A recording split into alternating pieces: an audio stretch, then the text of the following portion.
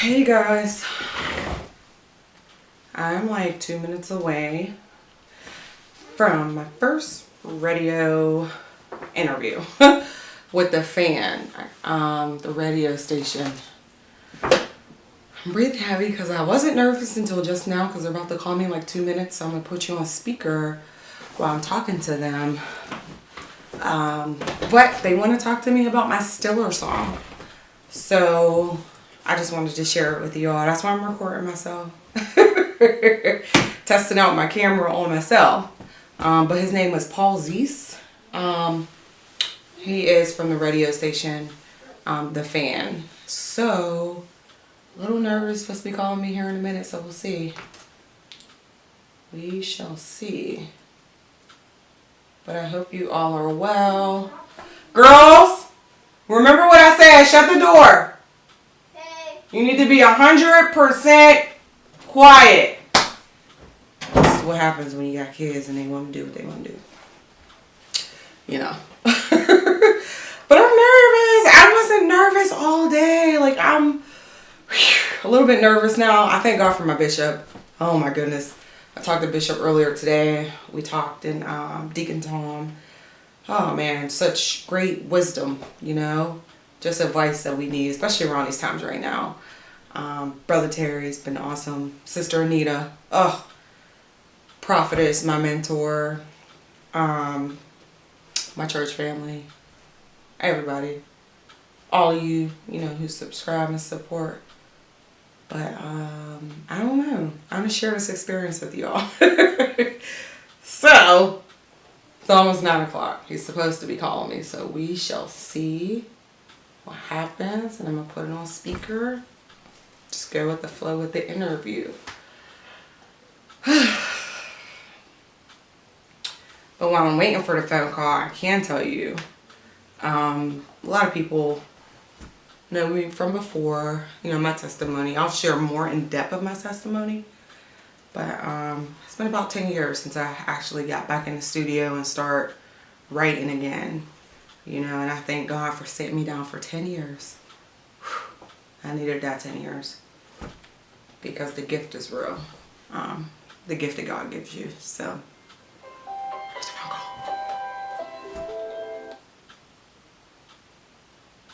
Hello? Hey, this is Kimberly. Yes, this is Kim. Hey, Bill Steinbeck at the Fan. How you doing? I'm good. How are you? Pretty good. Are you all set to go in here with Paul? Yes, sir. Is this live? I just wanted to make sure. Yeah, you'll be live. Okay, great. I'm ready. Alrighty. I'll put you on hold and we will get to you in just about 45 seconds. Okay, perfect. Thank you. See, very good news, especially with Tyson Alualu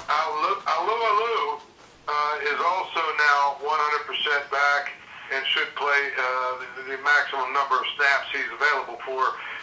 So that's good news for the Steelers defense. For more information, go to 937thefan.com.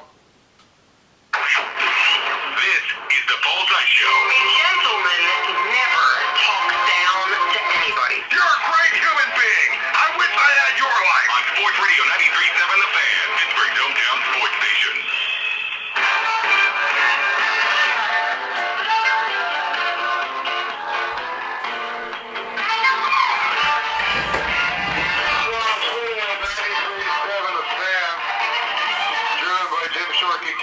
North Huntington and Uniontown, Pittsburgh's #1 Kia dealer. Visit ShoreKeyKia.com. Also text us on the Edgar Snyder and Associates fan text line. Edgar Snyder and Associates remind you to text responsibly. The Paul's Light Show brought to you by the Sports Grill in Cranberry. Well, it is Steelers season. They are 9-0, and of course there's lots of excitement around the team. There are lots of different people that are getting excited, and we're starting to see a lot of different ways that they're being celebrated, and one of them, of course, is with a number of different songs that are produced. And so joining me now is my next guest is somebody who has written one of these songs, and we'll let her talk a little bit about it. Her name is Kim. Kim, before we get started, I see do you play for the Pittsburgh Passion? Is that something you do as well? No, sir. No, sir. That's actually one of my close friends. Her name is Courtney. She plays for the Passion. She's a quarterback for the Pittsburgh Passion. Oh, I thought that when I watched the video, I just assumed that. But you're a football fan, I'm assuming, right? I mean, obviously you've got a friend that plays for the Passion. You're writing songs about the Steelers. I mean, you grew up here, right? You're a Steeler fan. Yeah, absolutely. Die-hard Steeler fan from Pittsburgh, Pennsylvania. Now, have you always been involved in doing music, or is this like a new endeavor for you, or how did this all come about? Oh, no, sir. I've been writing poetry since the age of 15. I wrote music years ago, back in 2009. I stopped for about 10 years, so this Steeler song is my first song coming back out again since 10 years ago, but writing and poetry has always been a passion of mine. So this isn't your first Steeler song. You've written others in the past. This is my first Steeler song, but I've written a lot of other music in the past. Yes, sir. Okay, so the name of your song is what? We Are, right? Is that what the name of it is? Yes, sir. We are. What went into sort of the lyrics, and the video is actually pretty interesting. How long did it take to make that video? Oh, the video took about, I want to say about a month and a half. I had a great producer. He's from Pittsburgh. His name is Robert Waters. What came from the song, I actually been sitting on this Steeler song for 4 years. So I came up with this song 4 years ago. The beat, everything in my head. I had a gentleman from my church who created the beat that was in my head. And then I got visions of the video. And everyone in that video, if you take a look at it, I know personally. So they're all, co-workers, close friends of mine. My children are in there. Everybody means something to me in that video. So we all came together, and I thank God because my vision was able to come to life to represent the Pittsburgh Steelers' unity and hope, and just joining people together from all different races, nationalities, and just representing the Steelers because we love the Steelers. So it's been about 4 years in the making.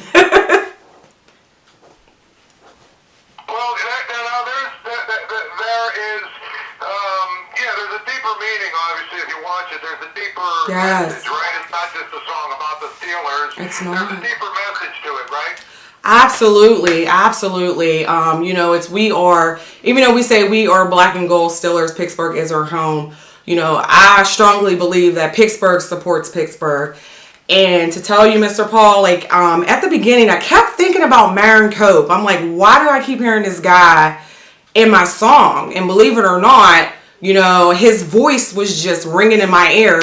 But to make a long story short, I said, I got to figure out more about Marin Cope. And I did. I did some research on him, and it was amazing. And the connection at the end, if you see the end, close friend of mine, through my vision, Miss Elizabeth Cope, we've been really close friends for the last 2 years. She's been supporting me with the entire song. I'm so happy she was able to show her father at the end in memory of Marin Cope. But when I tell you, I did some research because I'm a recruiter and I love to look into things, and I got connection with Joe Starkey. I found an article online. Joe Starkey wrote an article on Elizabeth Cope. I reached out to Joe Starkey 2 years ago. He gave me the contact information for Elizabeth Cope. She believed in my vision. We've been talking for 2 years, and she helped it come true. So it's been truly amazing and a blessing. Now, the song, have you, obviously you've done a video with it, but have you recorded it to like an album or? Oh! Yes! Album? I don't even know what they do. I know, right? iPods or something, or? Right. However people listen to music now, have you recorded it to that platform? Yes, sir. So my music, this video is on YouTube. You can look up We Are Pittsburgh Steelers song by Kimberly Gardner. I do have a Facebook page. It's called Kimberly Gardner. My album is coming out next year. It's called The Name Above. And the Stiller song will be a special on my album. But this song was actually produced in the studio 2 years ago. And the video just came to place within these last 4 to 5 months. So this is not, this music thing goes beyond just doing a Steeler song is what you're saying. Absolutely. It's my passion. I love to write music. I write inspirational, gospel, uplifting music for anybody from your 2-year-old grandchild to your 98-year-old mother can listen to, especially everything that's going on in the world right now with COVID and, you know, just things going on. My music creates peace. It's for hope, uplifting, you know, for young women or men or grandparents. Anybody can listen to my music, and that's what I plan to push out for the Pittsburgh community and the people around us, to let us know that there's hope and there's love and there is still some great music in Pittsburgh.